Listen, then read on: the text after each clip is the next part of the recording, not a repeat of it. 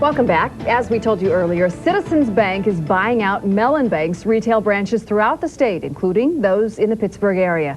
So how will this affect banking in Pittsburgh, and what does it mean to consumers? Here to answer those questions for us today is Dr. Audrey Gusky, marketing professor at Duquesne University. And thank you so much for joining us this morning. Thanks, Sheila. Now, Citizens' move to the region is, of course, a major change for our area. Right. How will this change the face of banking here in Pittsburgh as we know it? I think it's very good news for consumers because competition is always good. And when you've got a fresh face, and as Mr. McKenzie was suggesting, they're going to improve customer service, give us what we want. We are a tough market to crack. We are an older market, a traditional market. We like a lot of the personal services that a lot of the other markets don't. And I think as a result, we're going to get better fees, better services, and overall better quality, not just at Citizens, but across the board in all the banks. We've already seen the other banks clamoring for their business, as we mentioned earlier. Yes. So that's a good thing. It's a very good thing for us. All right. Now, for over 100 years, as we mentioned, Mellon was the retail banker for countless Western Pennsylvanians, and this region often tends to be resistant to change. How is this going to change things here for Pittsburgh? What do you expect Mellon, or how do you expect Mellon customers to adapt to this change with Citizens moving in? You're exactly right. We're a very traditional conservative market. We have an older population and they get accustomed to things. I like to look at the transition between Horns and Lazarus as a good parallel to this.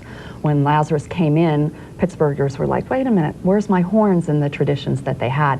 And so it was very difficult. And as you know, Lazarus is still suffering a bit with the image problems. Citizens has approached it differently. They've come into the area, but they're keeping the friendly Pittsburgher faces. They're really trying to provide us with this service. I love the ads that they're running. They're suggesting they've got enthusiasm, they're giving us respect and convenience. And that's what we as Pittsburghers want. So I think in a way they're doing all the right things. Hopefully they'll deliver all the things that they're promising as well. And I think overall I think as Pittsburghers, we've been accustomed to Mellon. Mellon's not really disappearing, even though they're disappearing from the consumer aspect. Mellon's been a good citizen. Citizens also seems like they're going to be a good citizen as well, providing us with a lot of the community activities and sponsorships that we so desperately I have to ask you, though, is the idea of the hometown banker who knew your name and your children's name, is that gone forever? It seems like we're shifting from that. Realistically, what happens is the more automated these banks can become, the more they save. And so they're pushing us for the call centers, pushing us for ATMs, and pushing us for going on to websites. That's a good thing for a lot of consumers because we want that. We want the convenience, the quickness. I want to be able to tap into my website and know exactly what my finances are. But for a lot of Pittsburghers, the older population especially, they still want that friendly face in that corner store. And so I think Citizens is going to try to balance both of that, encouraging those of us who want the automation, but also providing us, as they said, the number of branches that they have is phenomenal. Staying in the supermarkets is a good thing too. You know, when you look at the banking industry, it's changing as we speak. It's very dynamic and exciting. You can bank anywhere. You don't need the brick and mortar stores anymore. What does this mean, though, to the smaller banks? How can they compete with the likes of PNC and Citizens? Sure, that's a tough issue for them, and I'm wondering what's going to happen to them. The smaller, Dollar is a good example. They've done a tremendous amount of advertising, trying to get in our faces and say, hey, we're still that small store, small retailer. We are not offering national coverage. We're going to be there for you. We've been there. And so I think that they're unfortunately going to be suffering because bigger is not always better, but it does give you more money. But aren't we headed in that direction? Pretty soon it seems like it's going to be a few major financial corporations that own everything. I think we're almost there now. Yeah, it's seeming like, and that's across the board in all industries, this mega mergers that we're seeing. And as I asked William McKenzie earlier, is that necessarily a good thing for the customer? It could be. I think from both aspects. If you still don't lose that tailor-made, specialized, hi Audrey, how are you doing, as I enter the stores and cash some checks and pay some bills, that's what we're still looking for. I think if they can provide that as well, but yet with the money that they have and the capital that they're bringing in, they're going to be able to invest in the community. They're going to be able to provide us with great technology. They're going to provide us, customer relation management is a big issue nowadays.